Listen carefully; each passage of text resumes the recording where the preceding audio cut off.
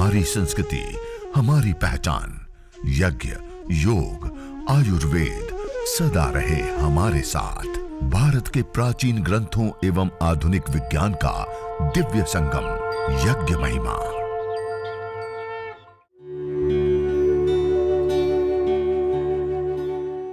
भारतीय संस्कृति में यज्ञ, योग एवं आयुर्वेद जैसी अमूल्य विद्याएं हैं, जिसका मूल है वेद। इतिहास की ओर दृष्टि डालें तो भगवान राम, भगवान कृष्ण से लेकर राजा महाराजाओं, ग्रामवासियों व अरण्यवासी ऋषियों की कुटियों तक नित्य व नैमित्तिक यज्ञों का प्रचलन देखने को मिलता है। ओम अयंत इद्म आत्मा जातवेदस्तेनेद्यस्वर्धस्व चेद्वर्धय चास्मान् प्रजया पशुभिर्ब्रह्म वर्चसेनान्नाद्येन समेधय स्वाहा इदमग्नये जातवेदसे इदन्न मम। ओम अयंत इद्म आत्मा जातवेदस्तेनेद्यस्वर्धस्व चेद्वर्धय चास्मान् प्रजया पशुभिर्ब्रह्म वर्चसेनान्नाद्येन समेधय स्वाहा इदमग्नये जातवेदसे इदन्न मम। इस प्रकार यह पंचघृत आहुति प्रदान करते तब तक में अच्छे से अग्नि प्रदीप्त हो जाती है। इसके पश्चात अब हम जल सिंचन करेंगे, जल प्रोक्षण करेंगे। दाएं हाथ की अंजलि में जल लेकर के कलश को अपने पास ले लेंगे। दाएं हाथ की अंजलि में जल लेकर के प्रथम मंत्र से वेदी के पूर्व दिशा में दक्षिण से उत्तर की ओर धारा बनाते हुए जल सिंचन करेंगे। ओम अदितेनुमन्यस्व। दूसरी बार जल लेंगे। वेदी के पश्चिम दिशा में जल सिंचन करेंगे, दक्षिण से उत्तर की ओर धारा बनाते हुए। ओम अनुमतेनुमन्यस्व। तीसरी बार जल लेंगे और वेदी के उत्तर दिशा में जल सिंचन करेंगे, पश्चिम से पूर्व की ओर धारा बनाते हुए। ओम सरस्वत्यनुमन्यस्व। अब चौथी बार जल लेकर के मंत्रोच्चारण के पश्चात वेदी के पूर्व दिशा और उत्तर दिशा का कोण को ईशान कोण बोलते हैं, वहां से प्रारंभ कर परिक्रमा क्रम से पहले पूर्व दिशा, फिर दक्षिण दिशा, फिर पश्चिम दिशा और उत्तर दिशा से होते हुए फिर ईशान कोण पर्यंत धारा बनाते हुए जल सिंचन करेंगे। ओम देव सवितः प्रसुव यज्ञं प्रसुव यज्ञपतिं भगाय दिव्यो गंधर्वः केतपुः केतं नः पुनातु वाचस्पतिर्वाचन्नः स्वदतु।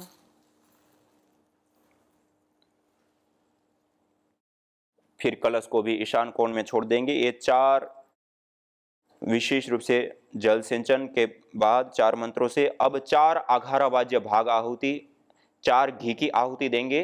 पहली वेदी के मध्य में उत्तर दिशा में प्रदीप्त समिधा के ऊपर पश्चिम से पूर्व की ओर धारा बनाते हुए, दूसरी आहुति दक्षिण दिशा में स्थित समिधा के ऊपर पश्चिम से पूर्व की ओर धारा बनाते हुए और दो वेदी के मध्य में, ऐसे चार घी की आहुति देंगे।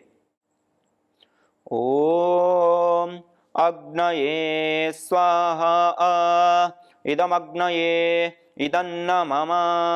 ओम सोमाय स्वाहा इदं सोमाय इदन्न मम। ओम प्रजापतये स्वाहा इदं प्रजापतये इदन्न मम। ओम इंद्राय स्वाहा इदमिंद्राय इदन्न मम। अब हम प्रातःकालीन सायंकालीन विशेष मंत्रों से आहुतियां देंगे और जो हमारे पास जड़ी बूटियां रखी हुई है, हवन सामग्री रखी, उसकी भी अब हम साथ साथ में मध्यमा, अनामिका और अंगुष्ठ 3 उंगलियों के माध्यम से ऐसी सामग्री लेकर के प्रणाम मुद्रा में इस प्रकार से सामग्री लेकर के समर्पण मुद्रा में इस प्रकार से आहुति देंगे साथ साथ में। ॐ सूर्यो ज्योतिर्ज्योतिः सूर्य स्वाहा। ॐ सूर्यो वर्चो ज्योतिर्वर्च स्वाहा। ॐ ज्योतिः सूर्य सूर्यो ज्योतिः स्वाहा। ॐ सजुर्देवेन सवित्रा सजुरुषसेन्द्रवत्या जुषाणः सूर्यो वेतु स्वाहा। ॐ अग्निर्ज्योतिर्ज्योतिरग्नि स्वाहा। ॐ अग्निर्वर्चो ज्योतिर्वर्च स्वाहा। ॐ स्वाहा। ॐ सजुर्देवेन सवित्रा सजुरात्रेन्द्रवत्या जुषाणो अग्निर्वेतु स्वाहा। ॐ भूरग्नये प्राणाय स्वाहा। इदमग्नये प्राणाय इदन्न मम। ॐ भुवर्वायवे पानाय स्वाहा। इदं वायवे पानाय इदन्न मम। ॐ स्वरादित्याय व्यानाय स्वाहा। इदमादित्याय व्यानाय इदन्न मम। ॐ भूर्भुवस्वरग्निवायवादितेभ्यः प्राणापानव्यानेभ्यः स्वाहा। इदमग्निवायवादितेभ्यः प्राणापानव्यानेभ्यः इदन्न मम। ॐ आपो ज्योतिरसोऽमृतं ब्रह्म भूर्भुवस्वरों स्वाहा। ॐ या मेधां देवगणः पितरश्चोपासते तया मामद्य मेधयाग्ने मेधाविनं कुरु स्वाहा। ॐ विश्वानि देव सवितर्दुरितानि परासुव यद्भद्रं तन्न आसुव स्वाहा। ॐ अग्नेनय सुपथाराये अस्मान् विश्वानि देव वयुनानि विद्वान् युयोध्यस्मज्जुहुराणमेनो भूयिष्ठान् ते नम उक्तिं विधेम स्वाहा। ॐ भूर्भुवस्वः तत्सवितुर्वरेण्यं भर्गो देवस्य धीमहि धियो यो नः प्रचोदयात् स्वाहा। ॐ त्र्यम्बकं यजामहे सुगन्धिं पुष्टिवर्धनम् उर्वारुकमिव बन्धनान् मृत्योर्मुक्षीयमामृतात् स्वाहा। यह देव यज्ञ के पश्चात हमने 2 आहुतियाँ विशेष गुरु मंत्र, गायत्री मंत्र और विश्वानी देव मंत्र से दी। जब हम चिकित्सा यज्ञ करते तो देव यज्ञ की 16 आहुतियों के पश्चात गायत्री मंत्र, मृत्युंजय मंत्र या कोई विशेष वेद मंत्र का चयन कर 21, 51 या 108 विशेष आहुतियाँ रोग की अवस्था अनुसार, रोगानुसार हवन सामग्री से प्रदान करते हैं। और अंतिम में एक ही मंत्र का 3 बार उच्चारण करते हुए ओम सर्वं वै पूर्णं स्वाहा। ओम सर्वं वै पूर्णं स्वाहा। ओम सर्वं वै पूर्णं स्वाहा। इस प्रकार पूर्णाहुति प्रदान करने के पश्चात आइए सभी लोग सीधे बैठते हुए, हाथ जोड़ते हुए, अग्नि देवता से प्रार्थना करते हुए, संपूर्ण विश्व की मंगल कामना करते हुए ओम सर्वे भवन्तु सुखिनः, सर्वे सन्तु निरामयाः, सर्वे भद्राणि पश्यन्तु मा कश्चित् दुःखभाग् भवेत्। हे ईश सब सुखी हो, कोई न हो दुखारी, सब हो निरोग भगवन, धन धान्य के भंडारी। सब भद्र भाव देखे, सन्मार्ग के पथिक हो, दुखिया न कोई होवे, सृष्टि में प्राणधारी। हे नाथ सब सुखी हो, कोई न हो दुखारी, सब हो निरोग भगवन, धन धान्य के भंडारी। त्वमेव माता च पिता त्वमेव, त्वमेव बन्धुश्च सखा त्वमेव,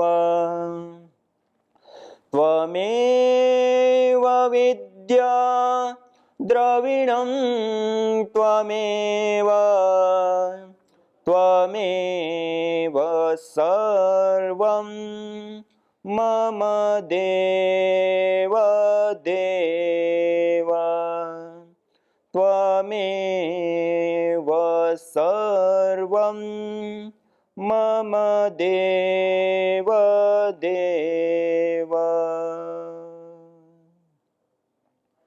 इस प्रकार पूरी श्रद्धा भाव के साथ वेद मंत्रों का उच्चारण से साथ पहले यजन और फिर प्रभु से प्रार्थना।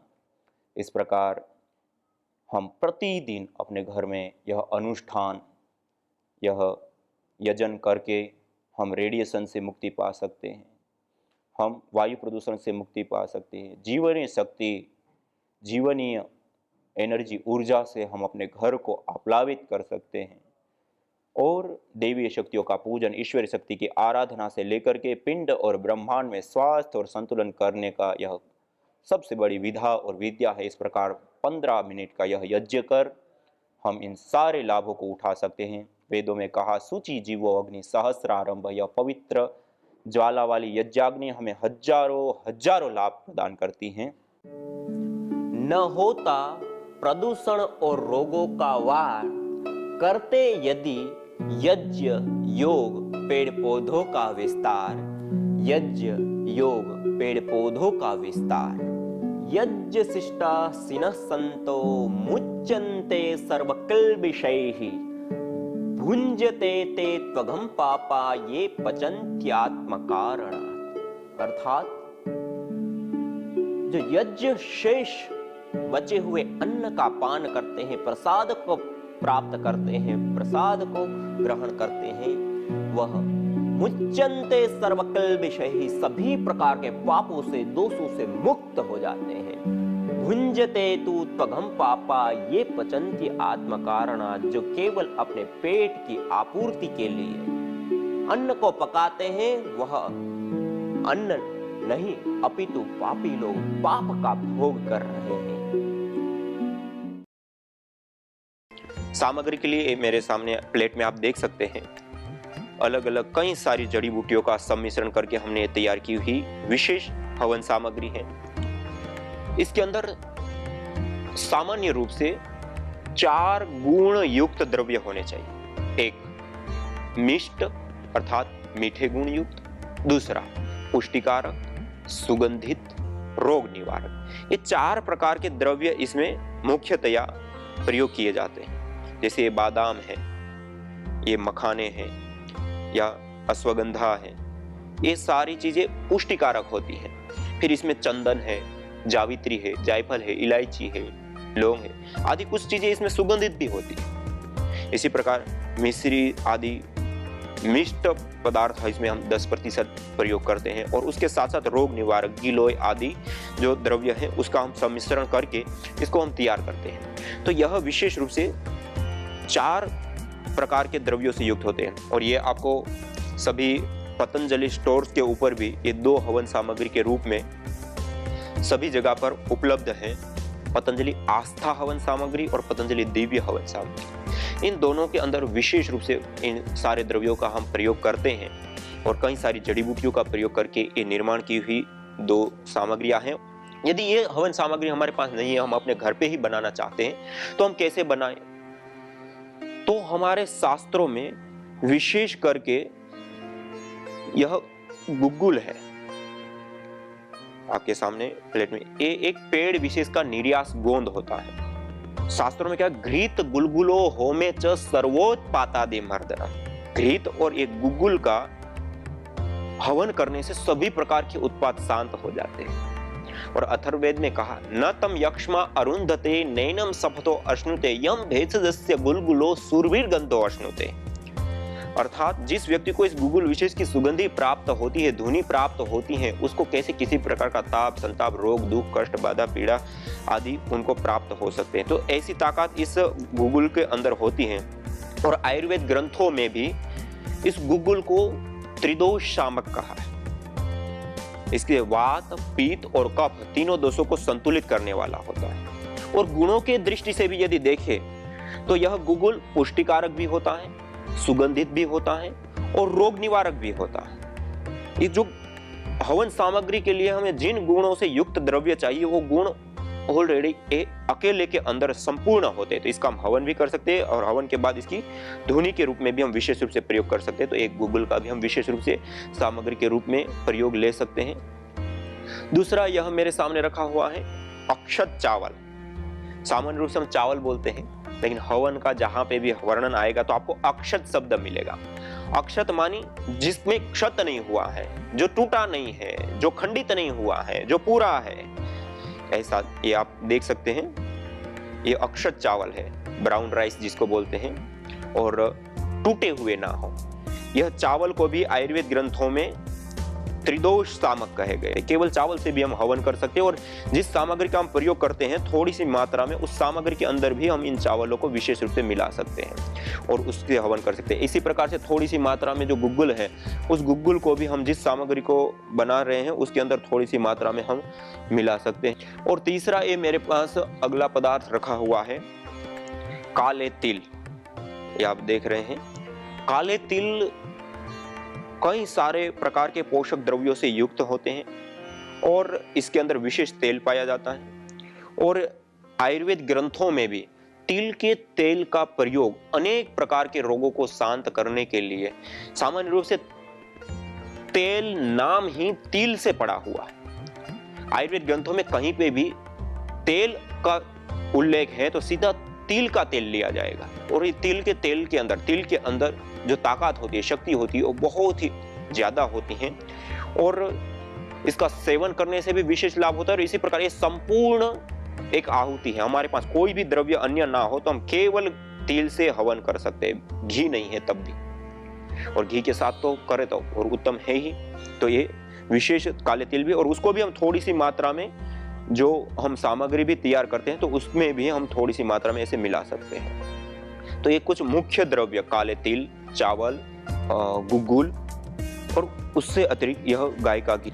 दूसरा एक द्रव्य मेरे पास और रखा हुआ है, यह है हनी, शहद, मध, जो भी अलग अलग भाषाओं में अलग अलग बोलते हैं। शहद भी संयोगवाह होता है, कई सारे प्रकार के रोगों को शांत करना, दूर करना आदि करने का कार्य करता है, लेकिन एक संयोगवाह विशेष गुण होता है। जिस आहुति को हम देते हैं उसके साथ यदि थोड़ी सी मात्रा में इसको मिलाया जाता है तो वो उनके गुणों को कई गुना बढ़ाता है और अपने गुणों को भी खोता नहीं है। इसको कहते हैं संयोगवाह। तो संयोगवाह के रूप में यह शहद विशेष रूप से कार्य करता है, तो हम थोड़ा सा घी में भी मिला सकते हैं, या बीच में ही एक चम्मच लेकर के आहुति हम के रूप में हम प्रयोग ले सकते हैं, या बाद में धुनी के रूप में भी इसका हम प्रयोग ले सकते हैं। तो शहद रोग निवारण के साथ साथ पुष्टिकारक और भी कई सारे गुणों से युक्त होता है, तो ये शहद का भी हम प्रयोग ले सकते हैं। ऐसी जो घृत है, घृत केवल घृत से भी हम हवन कर सकते हैं। और घी जो है उसमें भी विशेष प्रकार के संयोग वाह का गुण होता है। तो संयोग वाह के रूप में मैं बता रहा था, एक शहद का भी विशेष रूप से संयोग वाह के रूप में प्रयोग होता है, गाय के घी का भी विशेष रूप से संयोग वाह के रूप में प्रयोग होता है, और जो तिल मैंने बताया, तिल के तेल का भी इसी प्रकार से संयोग वाह के रूप में प्रयोग होता है। इसीलिए आयुर्वेद में बहुत सारे प्रकार के जो तेल बनाए जाते हैं अलग अलग रोगों के लिए, उसमें भी मुख्य द्रव्य तिल का तेल होता है, और उसके बाद उसमें अलग अलग औषधियां पकाई जाती हैं और उसको बनाया जाता है। इसी प्रकार त्रिफलादि घृत से लेकर अनेक प्रकार के घृत भी आयुर्वेद ग्रंथों में जो बनाया जाता है वो इसी गुण के कारण बनाया जाता है कि इस सामान्य रूप से जो हमें प्राप्त गाय का घी है, उस गाय के घी के अंदर अलग अलग औषधियों को पका करके उसको उस घी को सिद्ध किया जाता है, तो उसके गुणों को कई गुना बढ़ा देता है। तो इस प्रकार गाय का घी है, शहद है, और एक गुग्गुल भी इसी काम में विशेष रूप से आयुर्वेद ग्रंथों में लिया जाता है, क्योंकि बहुत सारी प्रकार की जो वटियां बनाई जाती हैं उन वटियों के अंदर एक तो उसको बांधने का काम तो गुग्गुल करता ही करता है, लेकिन उसके साथ साथ उनके गुणों को भी बढ़ाने का, अपना गुण तो है ही है उसका रोग निवारण, लेकिन उसके साथ साथ उनके गुणों को भी विशेष रूप से बढ़ाने का कार्य करता है। इसलिए आयुर्वेद ग्रंथों में सर्वाधिक वटियों के अंदर आपको गुग्गुल हर कोई के अंदर आपको मिल जाएगा। यज्ञ भारतीय संस्कृति की मुकुट मणि है, प्रतीक है, मूल है। मानव जीवन के हर पहलू के साथ यज्ञ जुड़ा हुआ है, चाहे वह संस्कार, चाहे पूजा पाठ, या फिर पर्व से लेकर हर शुभ अशुभ अवसरों में भी यज्ञ करने की सार्वभौमिक, वैज्ञानिक एवं पंथ निरपेक्ष पावनी परंपरा रही है। आइए हम संकल्प लें, संसार के श्रेष्ठतम कर्म यज्ञ को अपनाएं।